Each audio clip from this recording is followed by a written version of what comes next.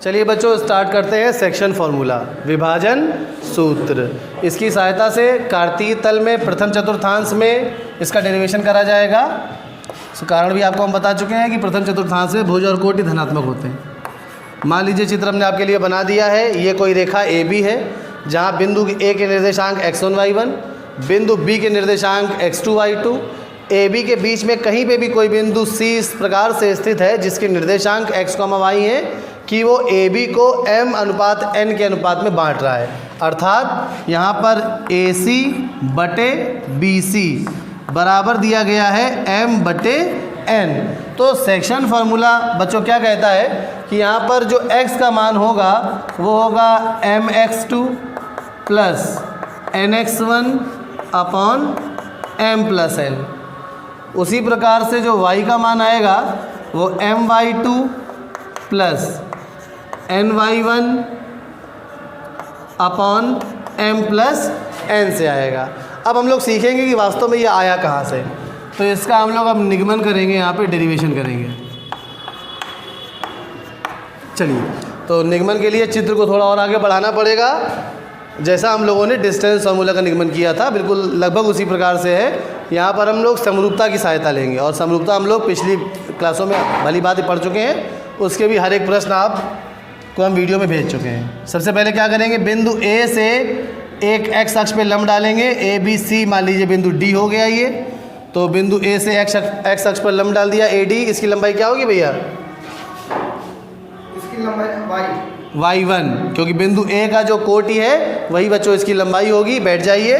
तो A D की लंबाई आ जाएगी y1। फिर बिंदु सी से हम एक्स अक्ष पर एक लंब डालेंगे, मान लीजिए सी ई। इसकी लंबाई क्या होगी बच्चों? y, बिल्कुल सही। और फिर बिंदु बी से भी एक एक्स अक्ष पर हम एक लंब डाल देंगे। तो मान लीजिए f। इसकी लंबाई बच्चों क्या होगी? y2, बिल्कुल बहुत बढ़िया। इसके पश्चात क्या करना है हमें? अब देखिए यहाँ पर ये बिंदु ए से एक्स अक्ष पर लंब डाला गया, बिंदु सी से भी एक्स अक्ष पर लंब डाला गया और बिंदु ई से भी एक्स अक्ष पर लंब डाला गया। इसका मतलब ये तीनों रेखाएं बच्चों आपस में समांतर हो जाएंगी। अगर एक रेखा पर हम जितनी लंब रेखाएं डालें तो सारी लंब रेखाएं आपस में कैसी हो जाती हैं? समांतर। इसके पश्चात हमें क्या करना है? अब बिंदु बिंदु ए से सी ई पे एक लंब डालना है।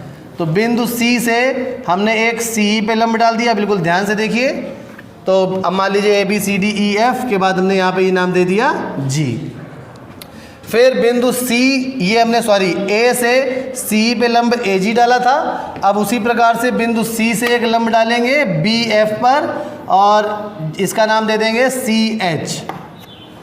अब यहाँ पर देखिए दो त्रिभुज हमें नज़र आ रहे हैं। एक है ए जी सी और दूसरा है सी एच बी।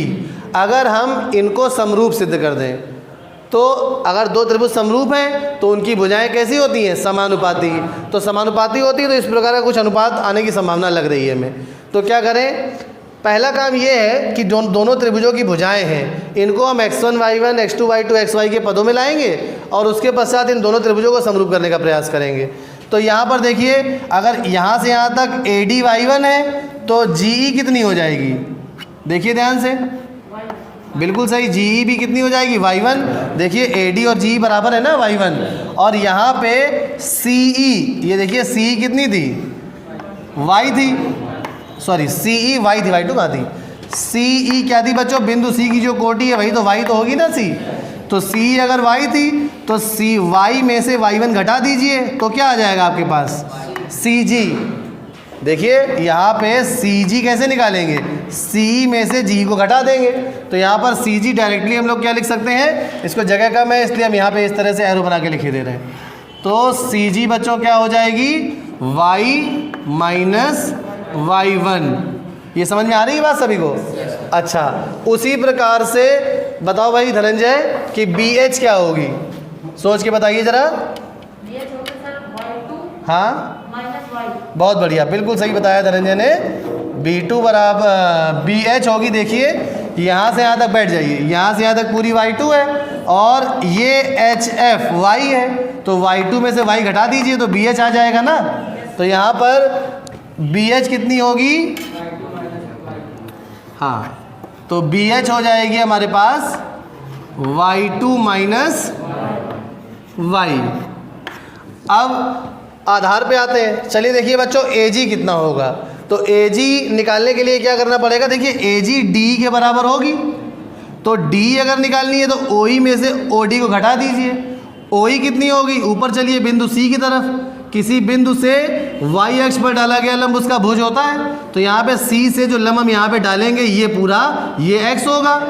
तो उसी प्रकार से अगर ये x होगा तो नीचे OE ये भी तो x हो जाएगा। तो अगर ये x OE x हो गया, इस आधार पर OE बच्चों हो गया x। तो यहाँ पर इसको लिख देंगे x। और OF कितना होगा, बताओ भैया OF कितना होगा। क्या नाम है आपका,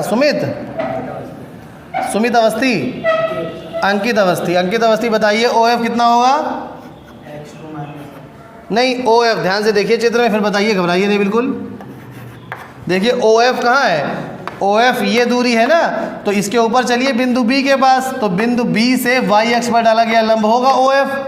तो बिंदु B से y अक्ष पर डाला गया लंब जब OF है, किसी बिंदु से y अक्ष पर डाले गए लंब को हम क्या कहते हैं, उस बिंदु का भुज। तो बिंदु B का भुज क्या है, x2। तो YOF कितना होगा बच्चों, x2। बैठ जाइए, समझ में आ रहा है सभी को OF x2 क्यों होगा। तो OF हो गया हमारे पास x2। उसी प्रकार से OD आप बताइए भैया क्या होगा। OD हाँ जी सर x1। हाँ OD होगा x1, ठीक बात है, हमने अलग ही पूछा आपसे था। तो OD हो गया x1। इतनी बात सबको समझ में आ रही है। OD x1 हो गया। अब देखिए हमें AG निकालना है। तो AG कैसे निकलेगा, जब D आएगा। तो D कितना होगा बच्चों, देखिए x में से x1 को घटा दीजिए, तो ये होगा x माइनस x1। तो उसी प्रकार से AG भी कितना हो जाएगा, x माइनस x1।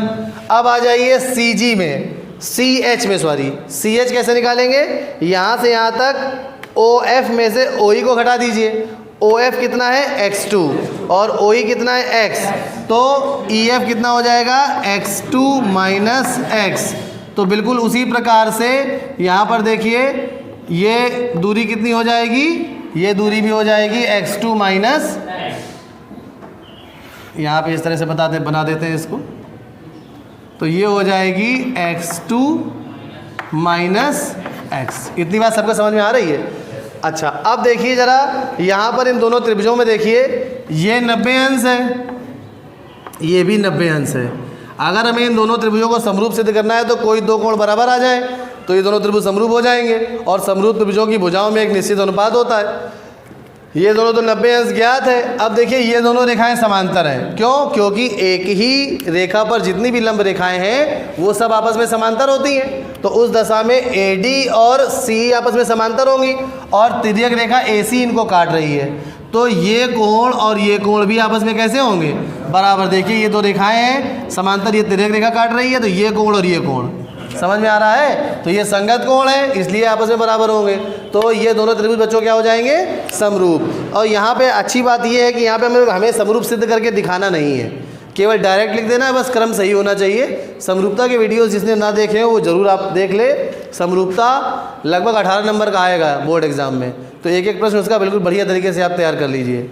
हर एक प्रश्न हमें हल करके भेजा है। यहाँ पर देखिए सीधे लिखेंगे, हमने जैसा बताया था कि समरूपता में क्रम का बहुत महत्व है। तो त्रिभुज AGC समरूप होगा। अब बताओ भैया क्रम क्या लिखे, AGC किसके समरूप होगा, DCH। गलत हो गया। यहाँ पर देखिए कोण A किसके बराबर है, C। तो तुमने B क्यों बोल दिया फिर। समरूपता में क्रम का बहुत महत्व है। कोण A अगर C के बराबर है तो A के साथ C आना चाहिए, G 90 और H 90 तो G के साथ H आना चाहिए। फिर इधर ये C B के बराबर तो C के साथ B आना चाहिए। क्रम अगर गलत हो गया तो फिर आगे सब कुछ गलत हो जाएगा। तो अगर हमने लिखा है त्रिभुज AGC तो आपको क्या लिखना है, CHB। तो समरूप होगा, बैठ जाइए, समरूप होगा त्रिभुज CHB के। तो जब दो त्रिभुज समरूप है तो इनकी भुजाओं में एक निश्चित अनुपात होगा। और अनुपात लिखने का भी हमने एक ट्रिक बताई थी आपको, सीधे बैठो हाथ उठा के। तो क्या लिखेंगे, AG/CH बराबर GC/HB बराबर AC/CB। तो इस प्रकार से इसको लिखते हैं, देखिए AG/CH बराबर होगा GC बटे HB के, और ये बराबर होगा AC बटे CB के। तो अब देखिए ज़रा AG कितना है, चित्र में देखिए AG कितना है, x माइनस x1। तो यहाँ से केवल वैल्यूज़ पुट करनी है, x minus x1 upon CH कितना है, देखिए ये CH है x2 माइनस x बराबर, उसके बाद GC कहाँ है, देखिए ये GC कितना है, y माइनस y1, ये लिखा है हमने यहाँ पर। तो ये हो गया y माइनस y1 बटे HB देखिए कितना है, y2 माइनस y बराबर। अब देखिए यहाँ पर AC कितना है, नहीं AC कहाँ है, AC तो M है ना, देखिए यहाँ पे लिखा है AC बटे BC M बटे N है। AC तो ये कर्ण है ना, ये XY के पदों में थोड़ी आ सकता है। तो AC बटे CB ये खुद है M बटे N, तो इसकी जगह हो जाएगा M बटे N। अब एक बार आपको क्या करना है, एक बार x का मान निकालना है, एक बार y का मान निकालना है। तो एक बार ये तीनों आपस में बराबर है, एक बार पहले और आखिरी को आपस में बराबर कर लीजिए, x का मान आ जाएगा, और दूसरे और आखिरी को बराबर कर लीजिए तो y का मान आ जाएगा। तो यहाँ पर पहले और आखिरी को बराबर करते हैं, x minus x1 upon x2 minus x is equals to m upon n, cross multiply कर लेंगे तो ये हो जाएगा mx2, या चलिए इधर से करते हैं nx माइनस nx1 बराबर mx2 माइनस mx, पक्षांतर कर लेंगे तो ये हो जाएगा mx इधर आएगा तो धन का हो जाएगा mx धन nx, पहले से ही धन का है, x1 को उधर भेज देंगे तो बराबर mx2 ऋण का nx1 उधर जाएगा तो धन का हो जाएगा, तो धन का nx1। यहाँ पर बच्चों x उभयनिष्ठ हो जाएगा तो आ जाएगा m प्लस n बराबर mx2 प्लस nx1। तो x का मान सीधे सीधे आपके पास आ गया, देखिए जो लाना था हमें mx2 plus nx1 upon m plus n, ये आपके पास x का मान आ गया। सेक्शन फार्मूला यही है x के लिए।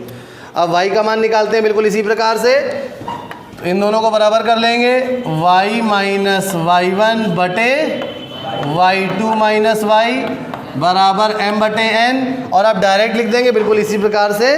तो सिमिलरली यहाँ पे लिख दीजिए, सिमिलरली मतलब डायरेक्ट आप लिख देंगे, कैलकुलेशन करने की ज़रूरत नहीं है, सीधे y बराबर क्या आ जाएगा, my2 plus ny1 upon m plus n। ये बच्चों अंतःविभाजन है, यहाँ पर AB को m बटे n में विभाजित करने वाला बिंदु C AB के मध्य स्थित है।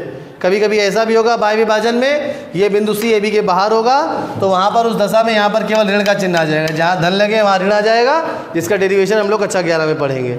चलिए बच्चों धन्यवाद, नोट कर लीजिए।